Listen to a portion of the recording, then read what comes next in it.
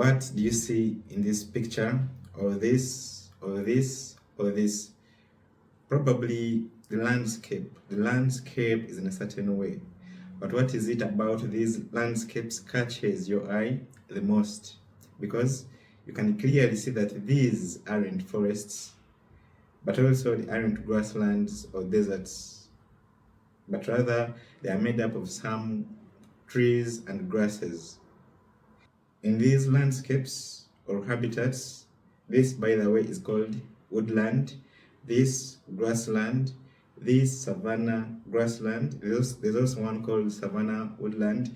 In these landscapes, it seems like woody plants and grasses are coexisting. They are living together. If the landscape you're looking at looks like any of these, then 9 out of 10 times you're probably in the large geographical biome called savannah. But what really is this biome, or you could also call it ecosystem? That's the point of today's video. The savannah is one of Earth's most extensive ecosystems, covering approximately 15 to 20 million square kilometers across Africa, South America, Australia, and India. The global distribution of savannas reflects a convergence of several environmental factors like warm temperature throughout the year and strongly seasonal rainfall with a pronounced dry season. These factors majorly occur in tropical and subtropical regions that lie between 30 degrees north and 30 degrees south. The largest savanna area occurs in Africa, and we will use it as our main example in these videos. Like we have already seen, it's neither closed forest nor open grassland. It occupies the vast ecological space between these two extremes. Within this range, savannas display enormous structural variation. Some are dominated by a single species of grass with widely spaced acacia trees, while others support dense multi-storied woodlands with various tree species and diverse understory. Some burn annually, while others have fire return intervals of a decade or more. Some support the world's greatest concentration of large herbivores, while others are grazed by just insects and small mammals. So, this intermediate position and diversity of form has caused some difficulties in their definition. It's worth noticing, by the way, that across Africa, different communities that live in these ecosystems do not think of the savanna as one ecosystem with one universal name. Instead, different landscapes are described according to how the people experience and use the land. For example, one area might be known for livestock grazing, another one for hunting, another one as the area where elephants live, while others are recognized as open plains, bush country, or woodland. These names reflect a practical and functional understanding of the land. The word savanna itself is derived from Taino Zabana, meaning treeless plains, which the Caribbean indigenous people used to describe the grass landscapes they knew. There is also a multitude of words out there which some people who try to describe these landscapes use. Words like parkland, wooded grassland, bushveld, thornveld.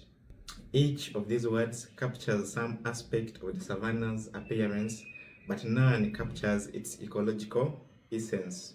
Therefore, this brings us to the modern ecological definitions that attempt greater precision.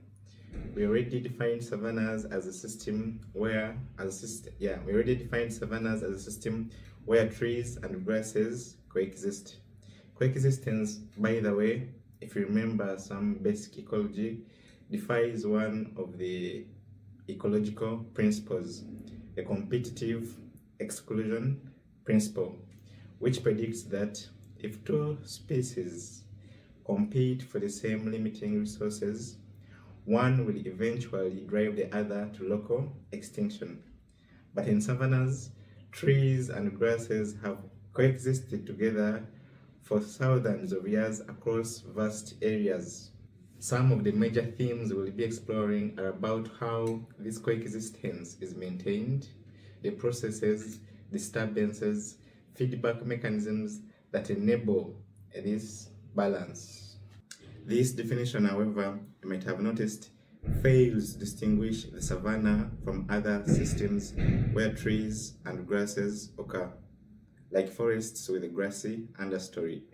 Like, for example, how do you differentiate between these two? They both have grasses and trees. So, where is the difference? Like, the fundamental difference. When you look at them, you can see there is a difference in their appearance. But your intuition might tell you there might be a difference in the biology that underlies these two systems. Well, it turns out when you look really closer, when you start examining the biology of the two dominant plant functional types that make up the savanna, that is the trees and grasses, you discover that there is a physiological distinction. The distinction is that the trees, like most plants, use C3 photosynthesis, while grasses use C4 photosynthesis. Unlike other systems where both trees and grasses use C3 photosynthesis. This C3-C4 distinction forms the ecological foundation upon which many of the savanna's defining processes like fire, grazing, browsing, mega herbivores, predators, nutrient recycling are built. Therefore, savannas, more precisely, are systems where woody plants and grasses coexist, where the dominant plant functional types have a C3, C4 distinction. So now the question arises, what is C3 or C4 photosynthesis?